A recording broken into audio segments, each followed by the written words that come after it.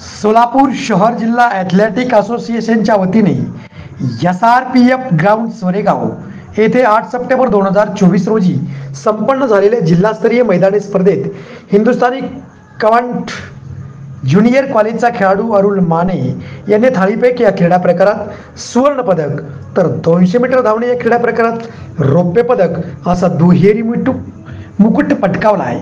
या गवगवीत यशाबद्दल Hindustani कन्व्हेंट junior college प्राचार्य माननीय एस्तेर विनयकुमार, पर्यवेक्षक शिबा लाजरस यांनी अरुल मानेंचं अभिनंदन केलं आहे।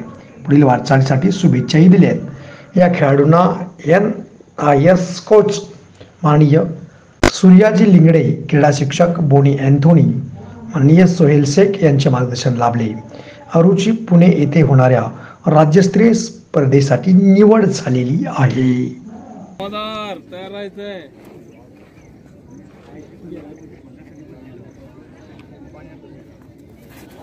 Good, very nice.